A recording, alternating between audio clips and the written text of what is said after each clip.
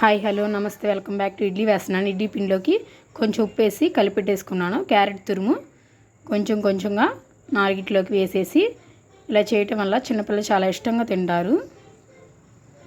కొంచెం నాలుగిట్లోకి వేసేసి మూత పెట్టేసి ఒక 10 నిమిషాలు ఉడకనివ్వాలి. ఈలోపు చట్నీ చేస్తున్నాను. స్టవ్ మీద బాండి పెట్టుకొని శనగగుండ్లు వేయించుకుంటున్నాను.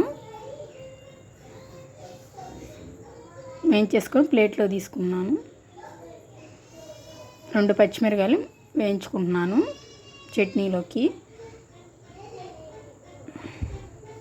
ఇడ్లీ ఉడికిపోయింది.